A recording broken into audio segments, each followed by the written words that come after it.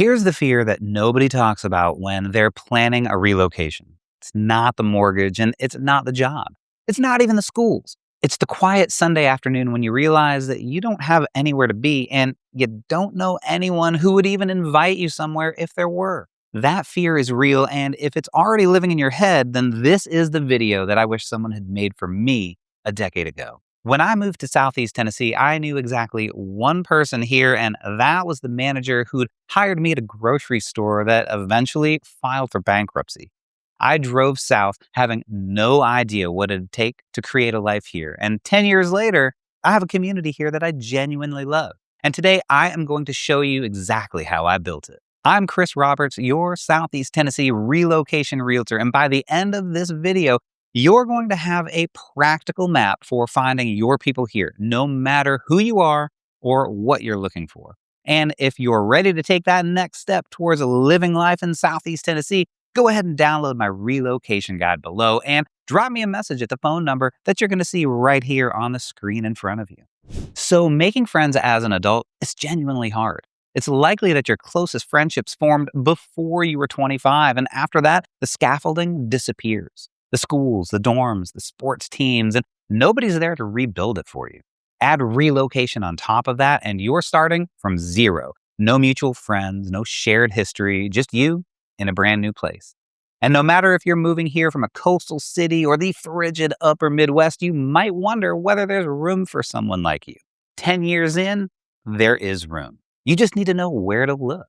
So here's a social map, 6 pathways to community organized by vibe so that you can choose the one that's right for you. All right, to start out, let's talk about the one that I actually lived, the workplace route. Almost every meaningful friendship that I've made in Southeast Tennessee came from a job. Earth Fair first, I showed up knowing nobody, and within a few months, I had a crew. And then Camping World was next, and that's where I met one of my best friends in the world, Cookie. And then came Publix, and that was a whole nother batch of people that I genuinely loved right up until I got promoted to manager. And at that point, nobody really wants to hang out with their manager. In Chattanooga, we've got incredible businesses from restaurants like Calliope and Champy's to logistics giants like US Express and manufacturing work at McKee Foods and Sanofi and so much more. And the same goes for Cleveland with a variety of types of work to be had and incredible opportunities to meet new people after you've landed. Here's what I learned. Friendship as an adult almost never comes from trying to make friends. It comes from doing something alongside someone over time. Work gives you that structure automatically. So if you're relocating here with a job lined up, invest in those relationships early. Don't just clock in and clock out. And if you're a remote worker or a retiree, then the next 5 categories are built for you. All right, I want to be straight about this one. Church is enormous here, not just spiritually, but sociologically. In Southeast Tennessee, the local church is the primary social infrastructure for a huge percentage of the population. It's where people find their closest friends, meet their neighbors, and organize around a shared life. And hey, if you're researching a move to Southeast Tennessee, this is what my whole channel is about. So be sure to subscribe and you'll never miss a video. Okay, this one applies to almost everyone, and I think it gets the least amount of attention. Become a regular somewhere. Show up at the same place at the same time consistently and let the relationships build themselves around that repetition. I want to share a story. Megan's grandmother had just passed away, and so we've been hearing a ton of fun stories lately. When her grandparents, Herbie and Hazy, first moved to Myrtle Beach, they went bowling every single Friday night. Same night, same lanes, week after week. They met people, real people who became parts of their lives. They also had found an Italian restaurant called Valentino's, and they were there for the soft opening, and they kept going back for years and years. And then when Megan's grandmother had passed, that's where our family gathered to celebrate her life, right at Valentino's, the same restaurant that had been a part of their story from the very beginning. And that's what becoming a regular looks like at its fullest. So here's where to start in Southeast Tennessee. If you bowl or you want to learn, look into bowling leagues in the area. Cleveland and Chattanooga have active ones, and they are one of the most naturally social structures that exist because you're showing up the same night every week with the same people and the same low-stakes joy. And you've got coffee shops like Ruddle's Bread and Book and Lassiter's in Cleveland that are places with actual regulars. Show up enough, and someone is eventually going to learn your order before you even give it. And pick one restaurant and go back on purpose. Sit at the counter, talk to the staff.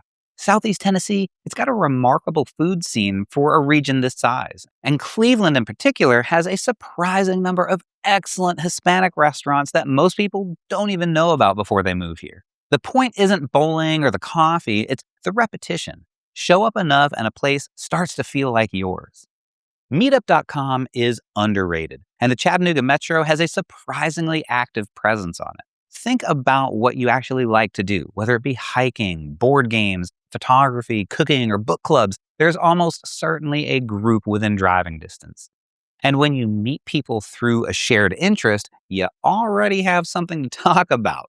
Now, one of my clients and their children recently moved here, and they've been taking advantage of meetup.com to hang out with other parents in the area and getting all the kids together to have fun. Now, here's a pro tip. Chattanooga has a genuinely strong outdoor community. Hiking Signal Mountain or Lookout Mountain, paddling the Tennessee River, mountain biking. If that's your world, then you're going to find your people here really fast. Now, if you're moving here from somewhere that's more progressive and you might be wondering whether there's space for you, I want you to know about the Seed Theater in Chattanooga. It's a performing arts space and a community organization, and they've built an incredible reputation as one of the most genuinely welcoming communities in this region.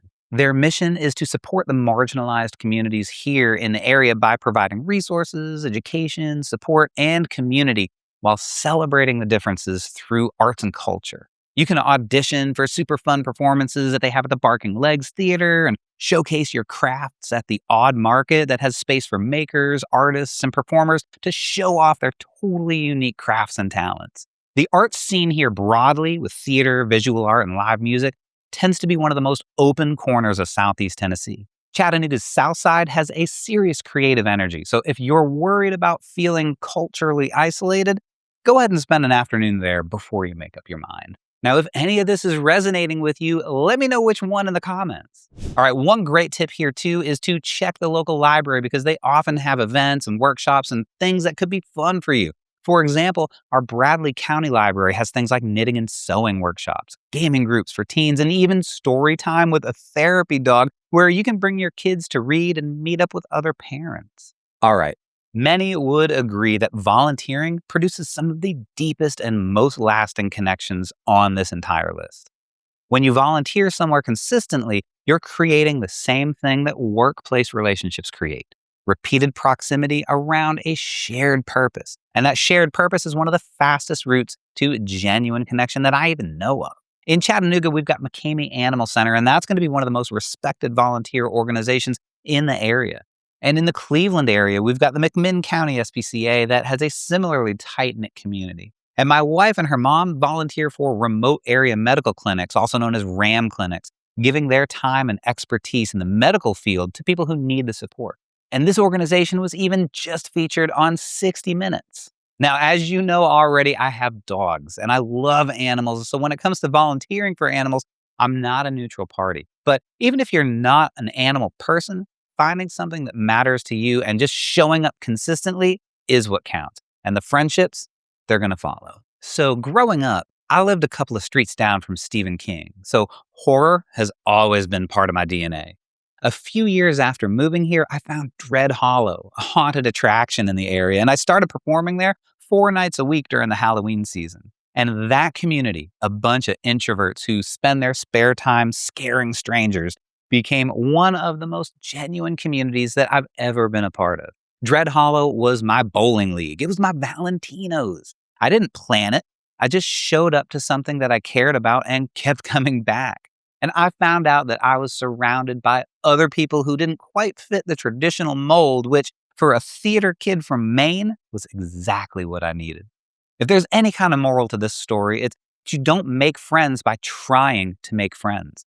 You make them by showing up to things. Every social chapter in my life in Southeast Tennessee, Earth Fair, Camping World, Publix, Dread Hollow, all came from the same pattern. And I do want to be real about the timeline. It took a little while. There were Friday nights in that first year where I was brutally aware that I didn't have any place to be. Now, if you feel that when you get here, that's not a sign that you made the wrong choice. That is just what a new beginning looks like. The people who come out the other side are ones that kept showing up. Southeast Tennessee will meet you if you move toward it. This social map isn't a checklist. Pick one or two paths and then go deep and let the rest happen. Herbie and Hazy, they didn't set out to build a life through a bowling league and an Italian restaurant. They just kept showing up, and decades later, the family was still there gathering at that same table. That's the whole secret. If you're ready to dive in together, my number is going to be right here on the screen in front of you, and be sure to check out my relocation guide that's in the description right below. And know that this place has room for you. It just takes a little time and willingness to move toward living your best life in Cleveland and Chattanooga, Tennessee.